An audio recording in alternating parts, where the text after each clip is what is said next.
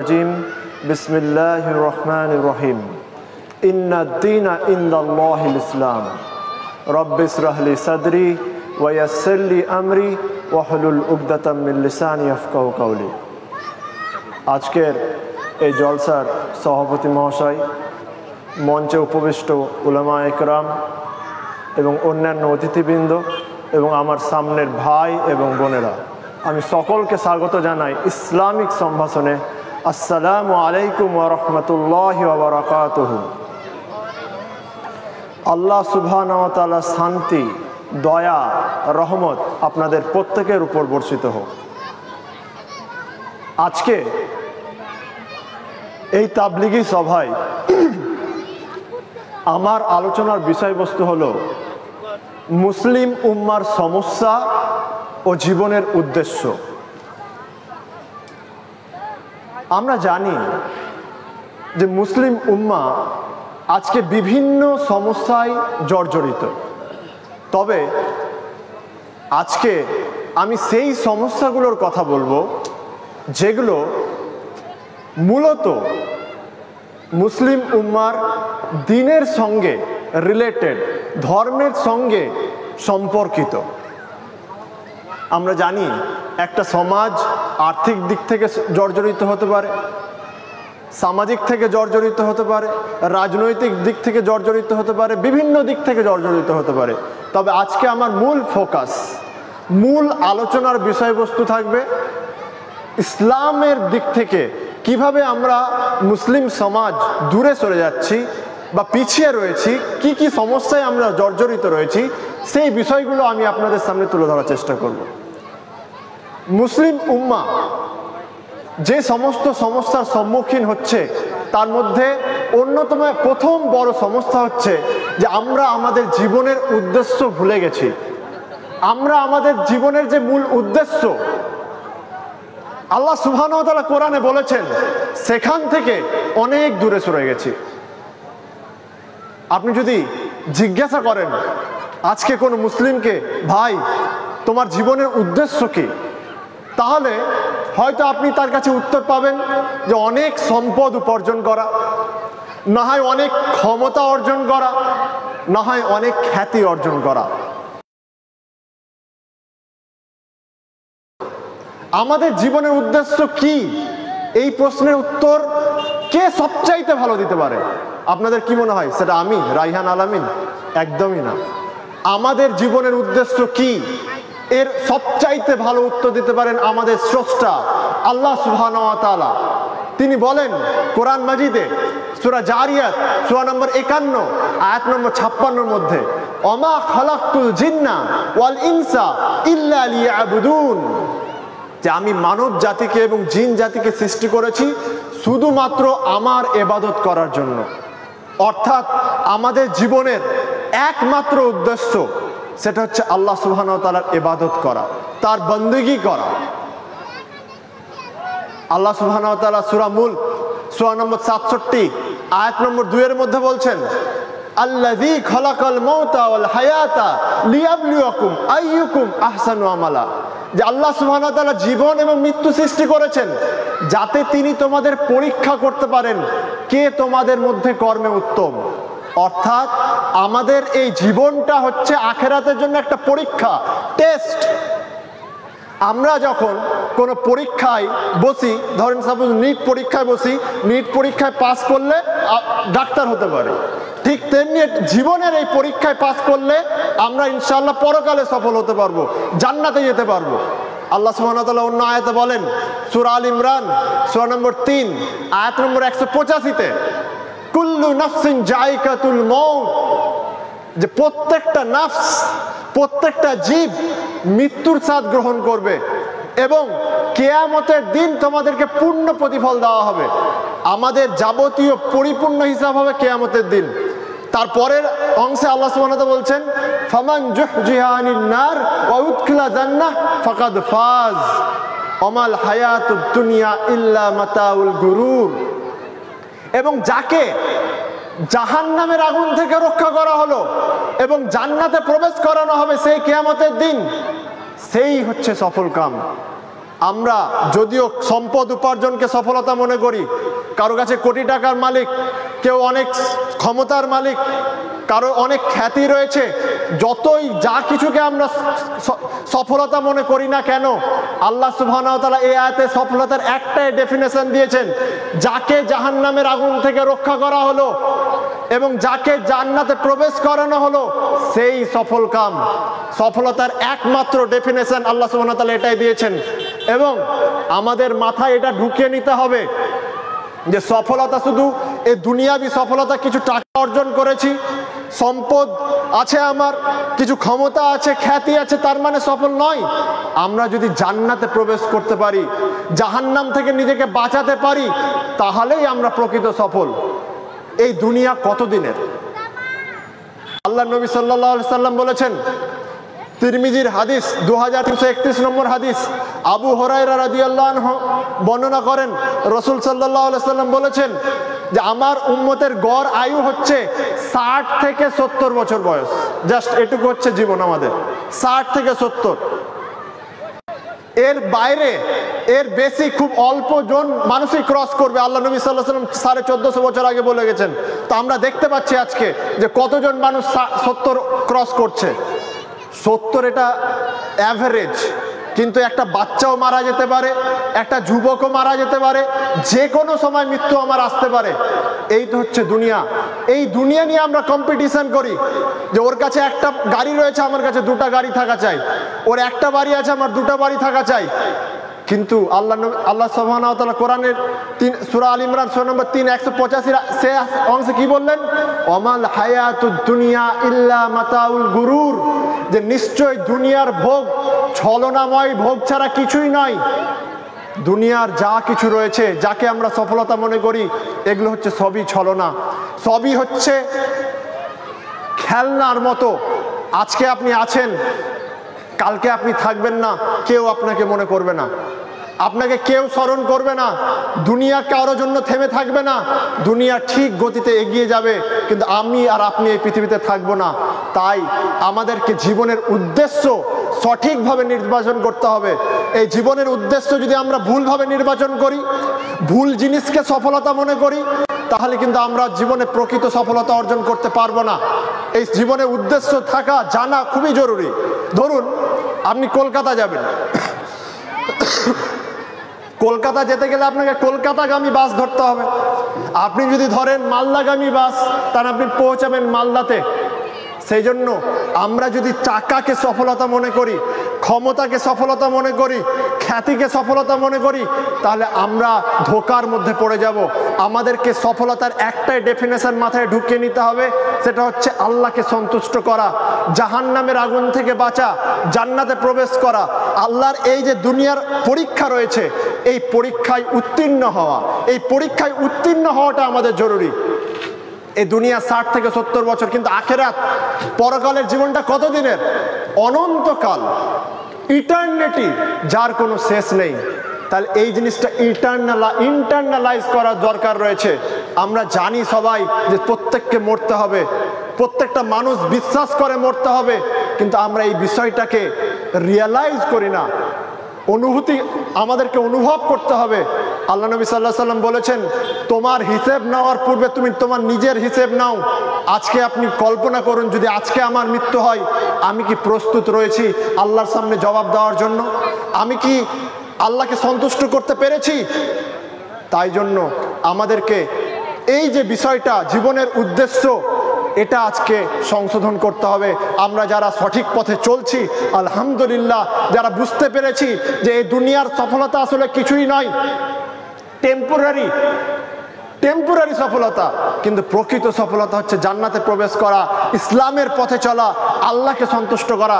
যারা বুঝতে পেরেছি আলহামদুলিল্লাহ, যারা দুনিয়ার মোহে পড়ে রয়েছি, যারা বড় বড় বিল্ডিং বানানোকে সফলতা মনে করছি, ক্ষমতাকে সফলতা মনে করছি, ইসলাম থেকে দূরে রয়েছি, তারা আজকে কারেকশন করুন যে আপনার আপনি দুনিয়া অর্জন করুন, দুনিয়া অর্জন করতে কোনো সমস্যা নেই। আল্লাহ সুবহানাহু ওয়া তাআলা আমাদেরকে দোয়া শিখিয়ে দিয়েছেন। সূরা বাকারা সূরা নম্বর 2 আয়াত নম্বর 201 মধ্যে আমরা যেটা বারবার বলি, রব্বানা আতিনা ফিদ দুনিয়া হাসানা ওয়া ফিল আখিরাতি হাসানা ওয়া কিনা আযাবান নার। হে আমাদের রব, হে আল্লাহ, তুমি আমাদেরকে এই দুনিয়ার কল্যাণ দান করো এবং পরকালের কল্যাণ দান করো এবং জাহান্নামের আগুন থেকে রক্ষা করো। এই দুনিয়ায় তিনটা অংশ রয়েছে, একটা দুনিয়ার জন্য, দুটো পরকালের জন্য। তাহলে যদি প্রকৃত সফলতা আমরা অর্জন করতে চাই, তাহলে আমাদেরকে ইসলামের পথে চলতে হবে, ইসলামে ফলো করাকেই প্রকৃত সফলতা মনে করতে হবে। তাহলে আমরা প্রত্যেককে অনুরোধ করব এই বিষয়টা নিয়ে, প্রত্যেকে আমরা জীবনের উদ্দেশ্য নিয়ে ভাবি যে আজকে আমি এই পৃথিবীতে রয়েছি, কিছুদিন পর থাকবো না। আজকে আমাদের দাদুরা বেঁচে নেই, 100 বছর পরে আমরাও কেউ পৃথিবীর উপরে থাকবো না, সবার স্থান হবে সেই মাটির নিচে 3.5 হাত গর্তে। এই জিনিসটা ভাবুন, এই জিনিসটা ভাবনার সময় রয়েছে। যতক্ষণ আমরা বেঁচে রয়েছে আমাদের কাছে সুযোগ রয়েছে, কিন্তু যখন মৃত্যু চলে আসবে আমরা ফিরে যেতে চাইবো, আমরা আল্লাহর পথে চলতে চাইবো, কিন্তু সেই সময় কোনো সুযোগ দেওয়া হবে না। যখন পরীক্ষা হলে ঘন্টা বেজে যায় তখন আর উত্তর লেখার সুযোগ দেওয়া হয় না। ঠিক তেমনি যখন আমাদের মৃত্যুর ডাক চলে আসবে তখন আর কোনো সুযোগ দেওয়া হবে না। সেই জন্য মৃত্যুর আসার পূর্বেই আমাদেরকে প্রস্তুতি গ্রহণ করতে হবে, ইসলাম এর পথে চলতে হবে এবং এর পথে চলাকেই প্রকৃত সফলতা হিসেবে গ্রহণ করতে হবে। এটা ছিল আজকে আমাদের মুসলিম উম্মার অন্যতম একটা বড় সমস্যা, যেটা আমরা বুঝতে ভুল করছি।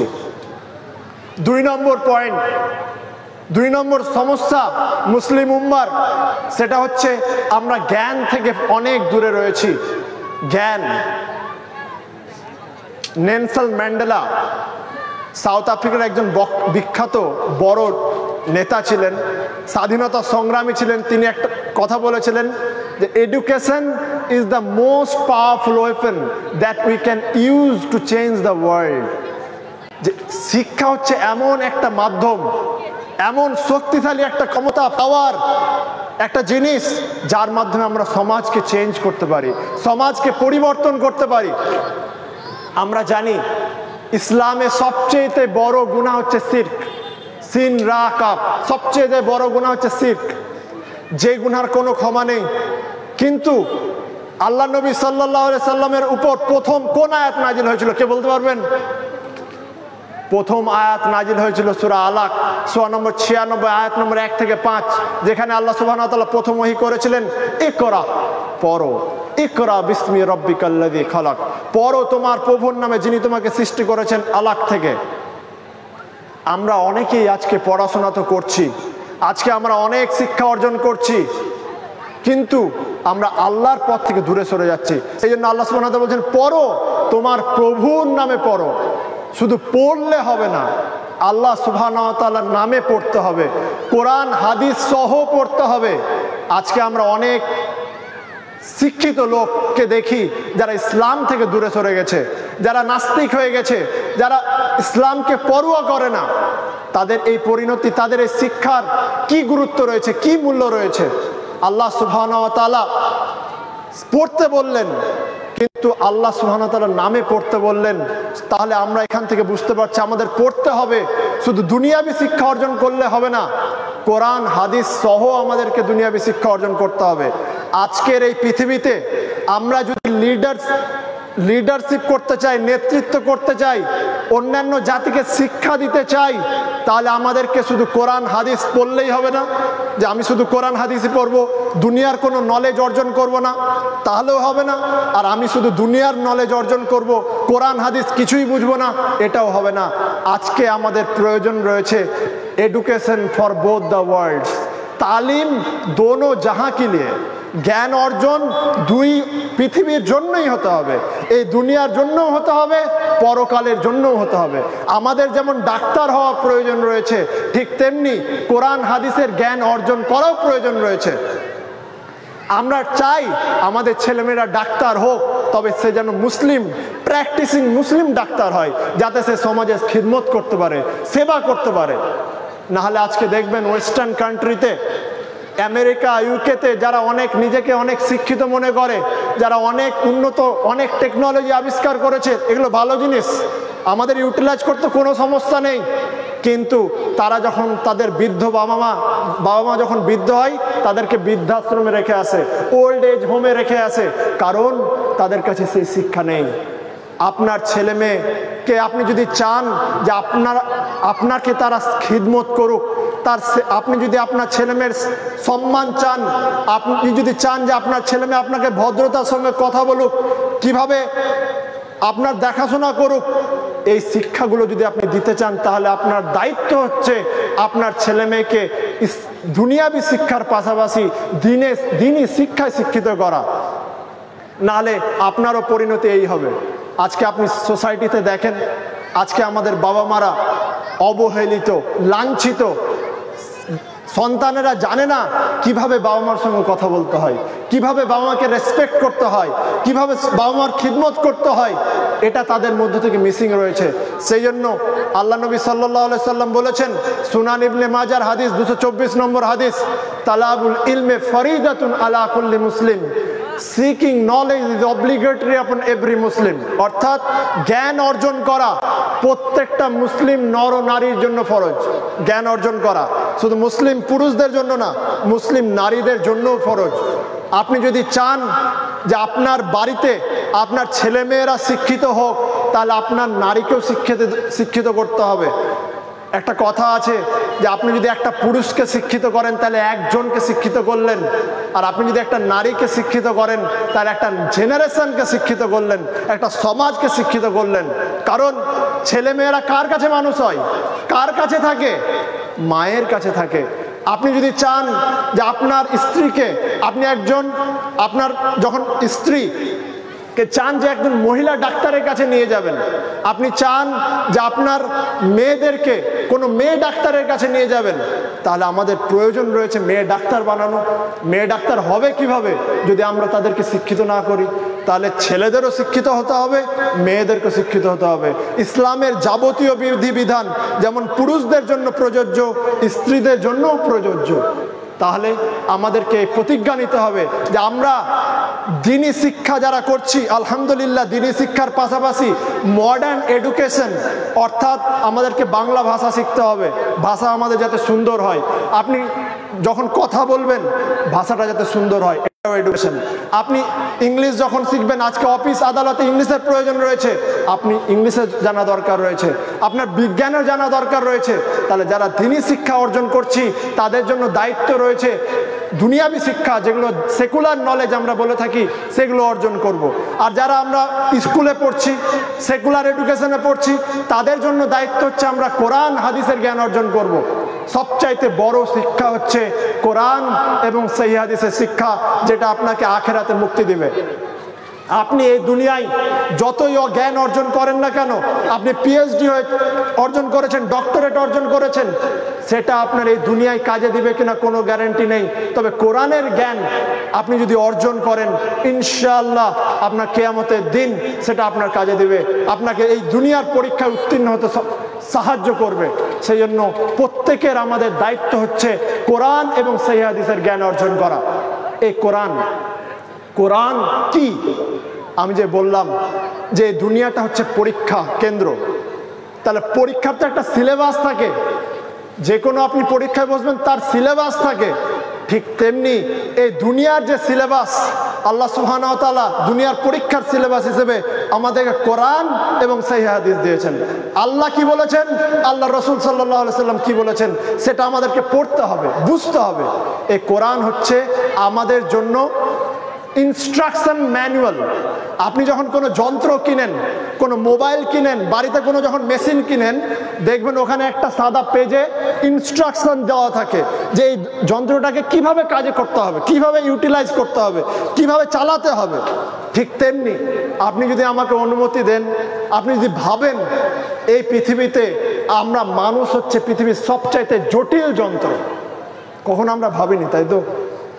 আপনি ভাবেন আপনার হার্ট মিনিটে 72 বার পাম্প করছে। আপনি ভেবেছেন কখনো আপনার কিডনি প্রতিদিন কত লিটার রক্তকে ডায়ালিসিস করছে? ফুসফুস বিশুদ্ধ অক্সিজেন আমরা নিচ্ছি, তাকে বিশুদ্ধ করছে। আমাদের যে চোখের মেকানিজম, এই যে ক্যামেরা আজকে আবিষ্কার হয়েছে, চোখের মেকানিজম, চোখের যে পাওয়ার, এই পৃথিবীর কোনো ক্যামেরা চোখের মতো শক্তিশালী নয়। আলহামদুলিল্লাহ, আল্লাহর যে সৃষ্টি, সবচাইতে জটিল যন্ত্র এই পৃথিবীতে যদি থাকে সেটা হচ্ছে হিউম্যান বিইং, মানুষ। তাহলে আপনাদের কি মনে হয় না এই মানুষের কিভাবে এই আমাদের জীবনটাকে চালাতে হবে তার জন্য একটা ইনস্ট্রাকশন ম্যানুয়াল দরকার?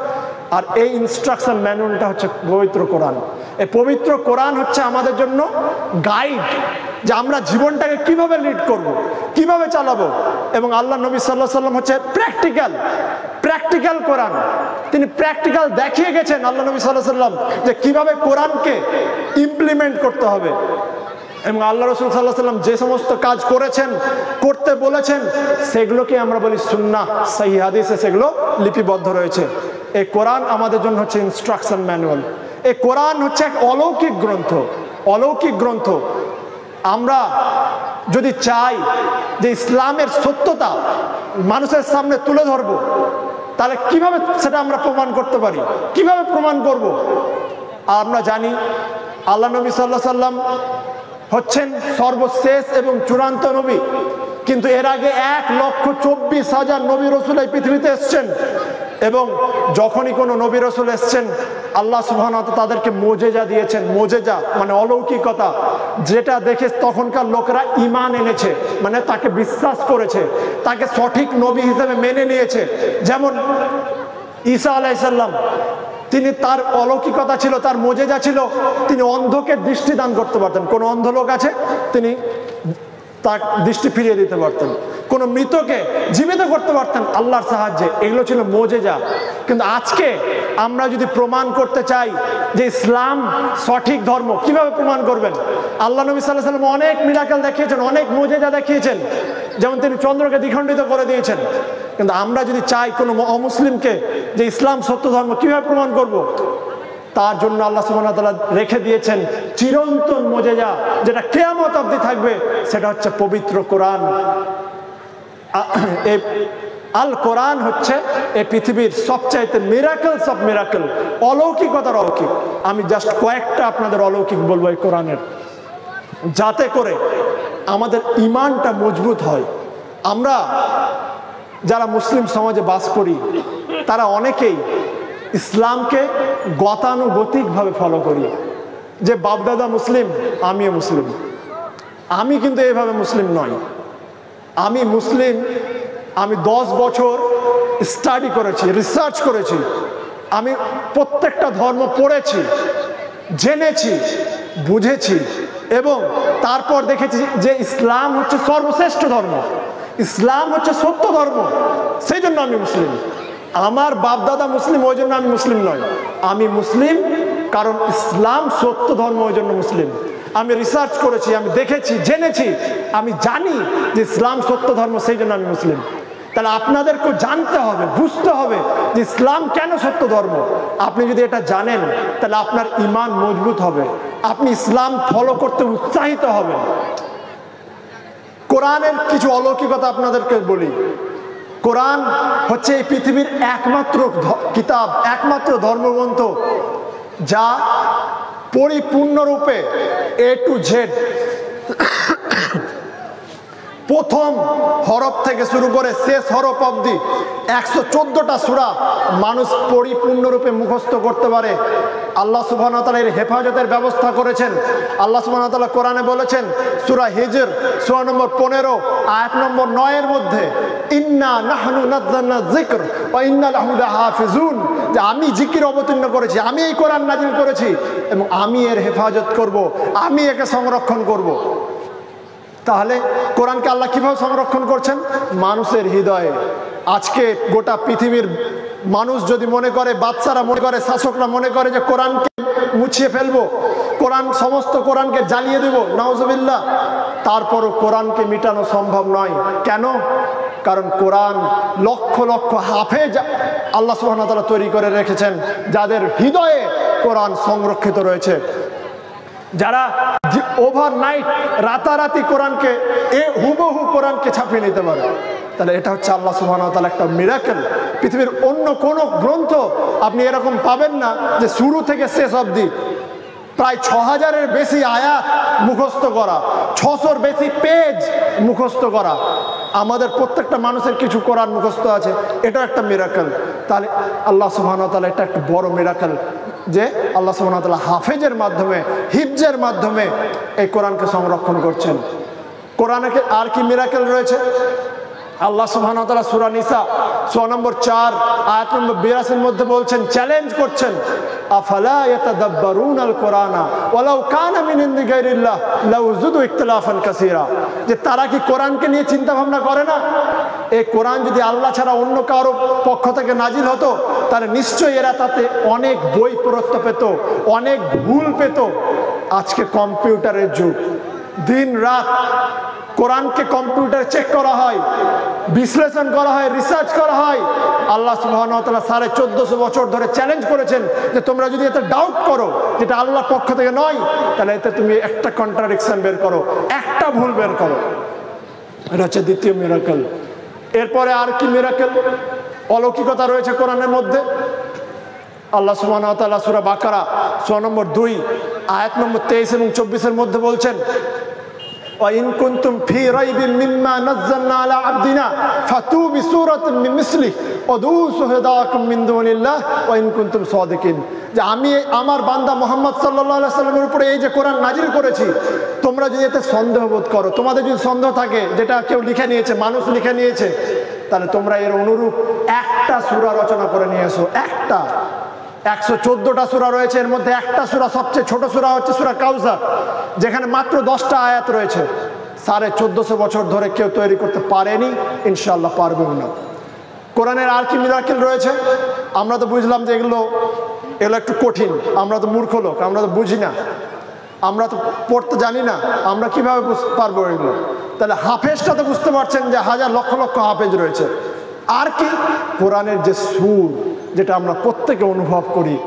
আপনি কিছু করতে হবে না, আপনি একটা ভালো কারির রিসাইটেশন শুনুন, যে কোনো ওয়ার্ল্ড ক্লাস কারির রিসাইটেশন শুনুন, আপনি বুঝতে পারবেন যে এই তেলাওয়াত, এই কিরাত কোনো মানুষের বাণীর হতে পারে না। আর কোনো কিরাত, কোনো সুর কোরআনের তেলাওয়াতের মতো মিষ্ট নয়। কোরআন তেলাওয়াত শুনে অনেক লোক ইসলাম কবুল করেছে কোরআনের তেলাওয়াতে। কারণ কোরআন তেলাওয়াতে আপনি যদি করতে পারেন, আমাদের যেটা দায়িত্ব কোরআন তেলাওয়াত করা, আপনি যদি কোরআন তেলাওয়াত করতে পারেন তাহলে আপনি সেই মিষ্টতা অনুভব করবেন। এবং যদি না পারেন, আপনি যদি কারির কাছ থেকে শুনেন, আপনার হৃদয় বিগলিত হয়, আপনি বুঝতে পারেন যেটা এটা আল্লাহর বাণী, এটা মানুষের বাণী নয়, এটা আল্লাহ সুবহানাহু ওয়া তাআলার বাণী। তাহলে কোরআনের মধ্যে অলৌকিকতা রয়েছে।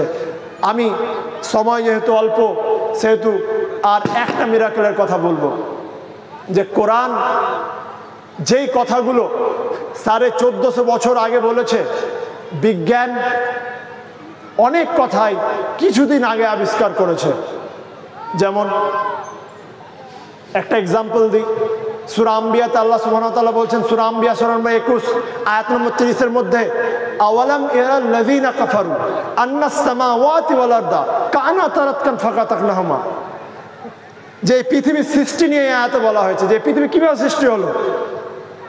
1970-এর দশকে বিজ্ঞান আবিষ্কার করেছে যে এই আসমান জমিন একসঙ্গে লেগেছিল, একটা পিণ্ড ছিল, একসঙ্গে একটা বিন্দু ছিল। আল্লাহ সুবহানাহু ওয়া তাআলা একে বিচ্ছিন্ন করেছেন, বিজ্ঞান এটাই বলে, এবং তার জন্য বিজ্ঞানীদেরকে নোবেল প্রাইজ দেওয়া হয়েছে। আল্লাহ সুবহানাহু ওয়া তাআলা এই আয়াতে বলছেন যে অবিশ্বাসীরা কি দেখে না, আসমান এবং জমিন একসঙ্গে লেগেছিল এবং আমি একে বিচ্ছিন্ন করেছি। অর্থাৎ বিগ ব্যাং থিওরি, আজকে যে বিজ্ঞান বলে, 1970 সালে যে এটা বিজ্ঞান আবিষ্কার করেছে, বিগ ব্যাং থিওরি, যে পৃথিবী কিভাবে সৃষ্টি হয়েছে, কোরআনে সেটা 1450 বছর আগে বলা হয়েছে। এটা কিভাবে সম্ভব? এটা যদি মানুষের কিতাব হতো তাহলে এটা কখনোই বলা সম্ভব হতো না।